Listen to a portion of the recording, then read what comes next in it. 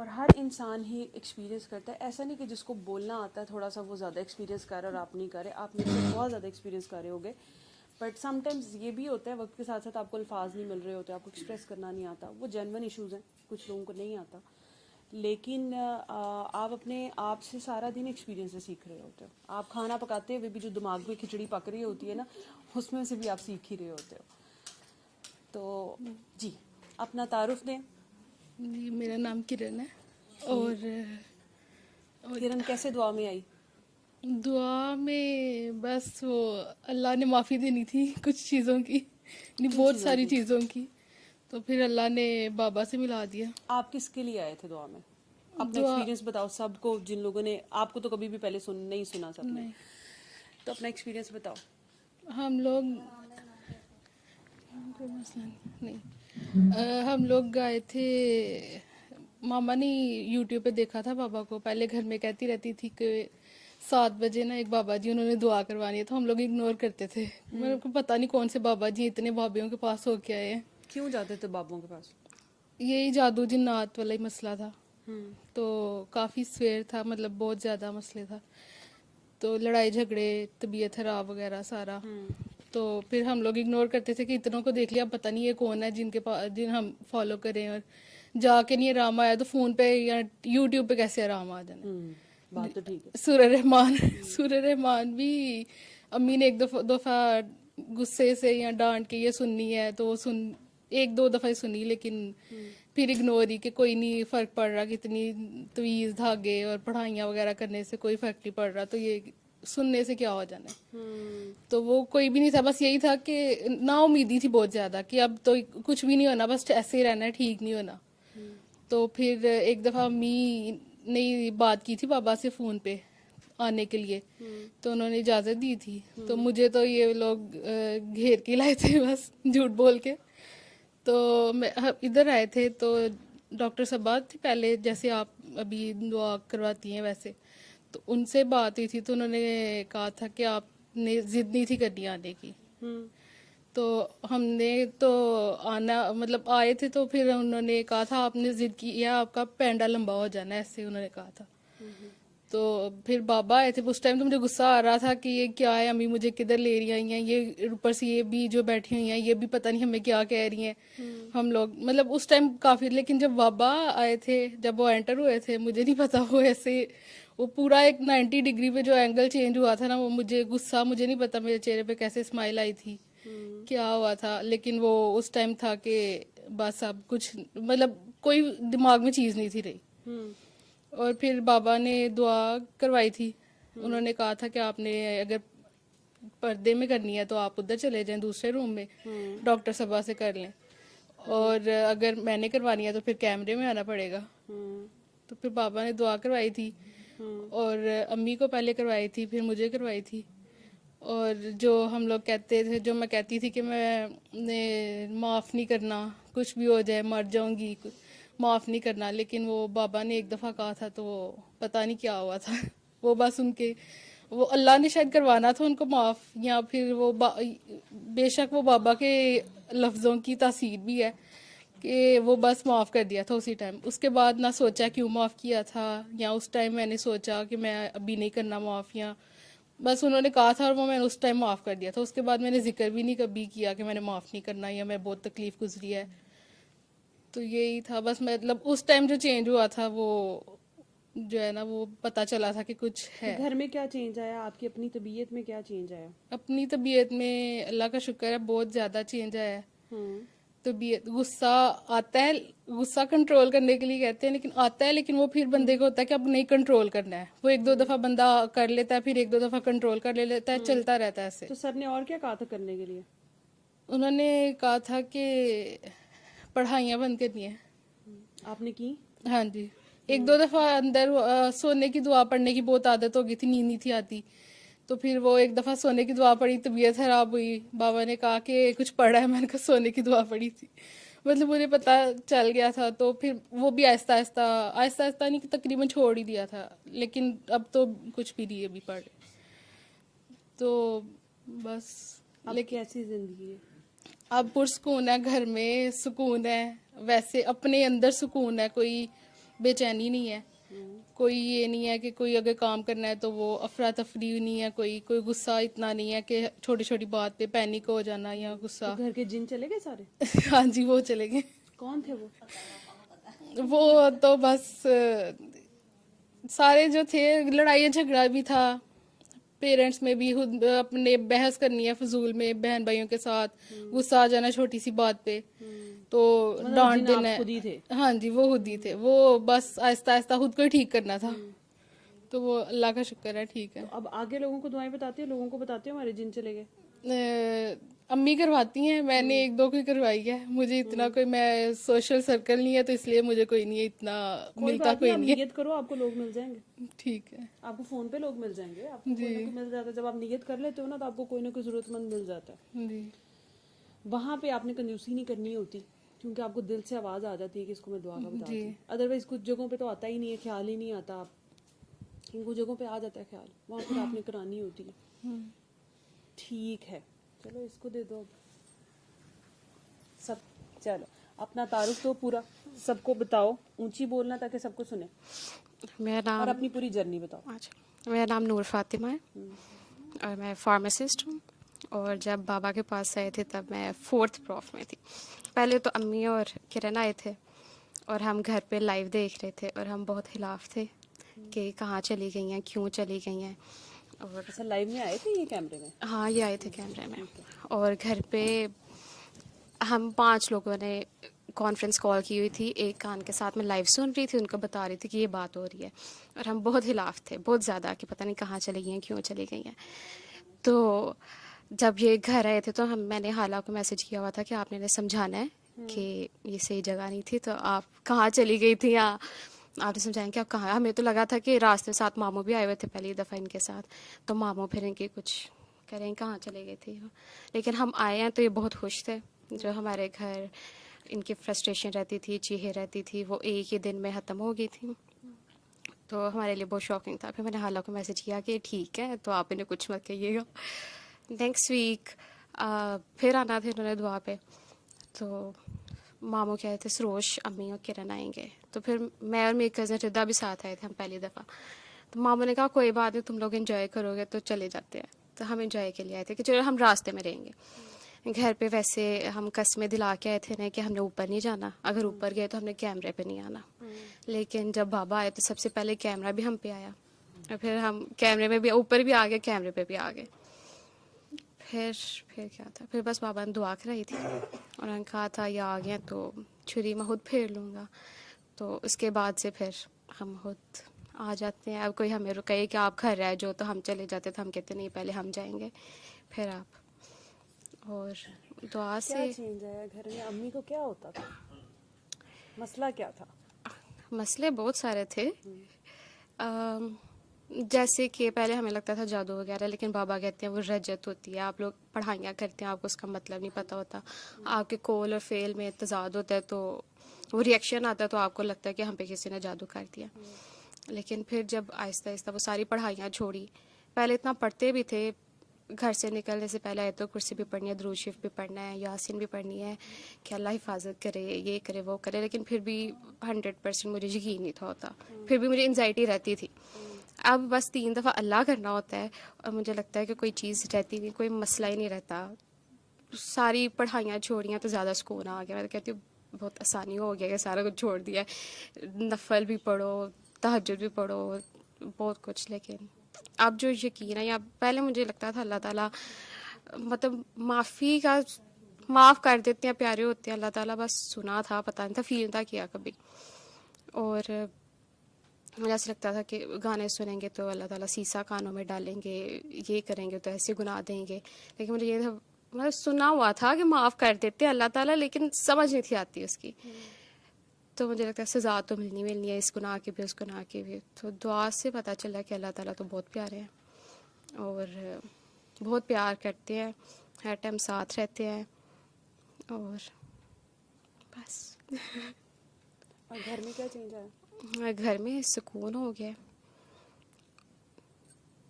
मतलब सुकून है, प्यार है, एक दूसरे को अब पहले शायद आपस में ज़्यादा फ्रस्ट्रेशंस भी होती थी, अब पता होता है कि अगर उसकी तबीयत ठीक नहीं है मेरी नहीं है, तो सारा पीसफुल माहौल है घर में, सुकून है। ये भी मैं रास्ते में मैं सोच रही थी हाँ हमारे ना पहले ही होता था कि हम पहले ही होता था कि हम ना सारी रात मतलब एवरी सेकंड नाइट हम चीखों से उठते थे और हम सारी रात ऐसे होता था कि हम सारे एकदम से चीखें मार के उठना शुरू हो जाते थे और रोते रहते थे। दोपहर में भी हम रोते रहते थे और रात में भी हम सारी रात चीखते रहते थे, कोई ना कोई उठ जाता था। और at one point I was so frustrated कि उस टाइम पे मैं अपनी I was arrogant, very arrogant, क्योंकि मुझे ए लेवल्स के बाद MBBS नहीं था करना, आई यूज्ड टू जज एवरीवन इन माय क्लास। तो मैं उस नेगेटिविटी में रह कि मुझे समझ नहीं आती, वो बाद में रियलाइज़ होता है कि मैं एरोगेंट थी, that's why I ended up getting anxiety and depression. लेकिन वो वाली फ्रस्ट्रेशन भी चलती थी क्योंकि मैं राजी नहीं थी होती अपने उस लाइफस्टाइल से, सारे MBBS वाले से।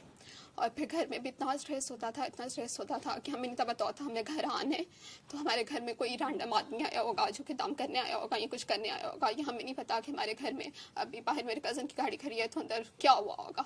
और अगर मेरी दोस्त मुझे ड्रॉप करने आती थी तो हमें नहीं पता होता कि अंदर अब मैंने अपनी दोस्त को अंदर इन्वाइट करना है कि नहीं करना, क्योंकि हमें नहीं पता कि अंदर माहौल है इनवाइट करने वाला कि ये कौन कौन है।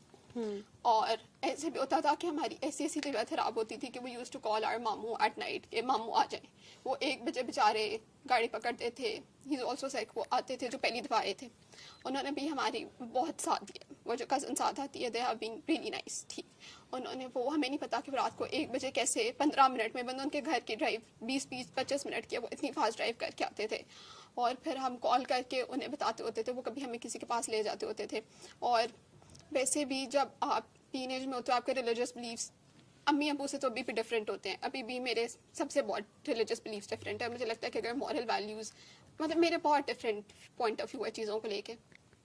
और फिर मुझे होता था कि हम कहीं पे क्यों जा रहे हैं, और फिर अगर कहीं पे हम बैठे होते थे और वो अजीब अजीब सी चीज़ें पढ़ रहे हैं, और वो ज़रूरी नहीं है कि वो आपको सिर्फ दरूद शरीफ पढ़ रहे हैं या कुछ कुरान की तिलावत कर रहे हैं। There used to be very weird things जिनको कोई भी इस्लाम में जस्टिफाई नहीं कर सकता। और फिर मेरी ज़िद होती थी अल्लाह ताला से कि मुझे नहीं पता बीबी ज़ैनब के साथ के किसी के साथ के मुझे इस जगह पे दोबारा नहीं आना पड़े।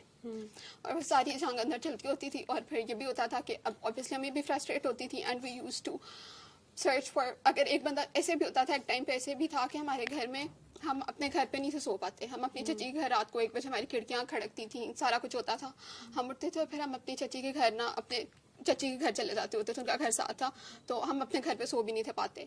और अगर मैं नूर घर पे तो हम कमरे में हैं तो हमारे दरवाजे खड़क रहे हैं, खुल रहे हैं, और फिर हम चलो रूम से निकले हैं, जो रूम का दरवाज़ा हिल रहा है, हम टीवी लॉन्च में आए, टीवी लॉन्च का दरवाज़ा हिल रहा है, फिर हम कहते थे ठीक है थोड़ी देर टीवी लॉन्च में बैठते, नहीं पिछले रूम का दरवाज़ा हिलना शुरू हो जाता था। फिर हम अगर ऊपर वाले पोर्शन में तो हम टेरिस पे बैठे हो, टेरिस पे बैठ जाते थे घर पूरा खुला हुआ छोड़ के।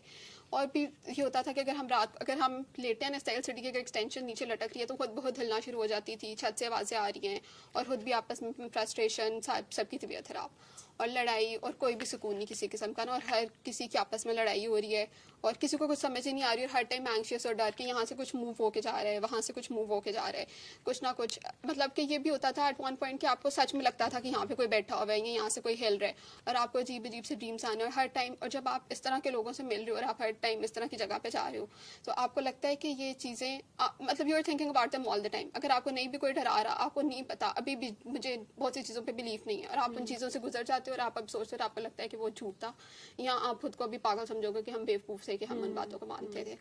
और फिर वो सारा कुछ करके, और फिर एट वन पॉइंट अगर हमें किसी पर शक था, let's suppose that person is dead now, और उसके बाद भी अगर हमारी तबीयत खराब हो रही है, वो एंडिंग पॉइंट था ना बाबा से मिलने वाला, तो मुझे लगता था कि ये क्या बेवकूफ़ी वाली बात है कि इंसान मर गया है, वो कब्र में है। अगर आपको कैसे लग रहा है कि वो इंसान कब्र में से इतना पावरफुल है कि वो कह रहा है, मुझे इतनी बकवास सी बात लगती थी कि अगर कोई कहता है कि काला जादू करने वाला कोई भी इंसान है, कोई कफन, आप कफन में जब तक नहीं जाओगे तब तक आपके काले जादू का तोड़ नहीं होगा, इस तरह की फजूल बकवास सुननी पड़ती थी।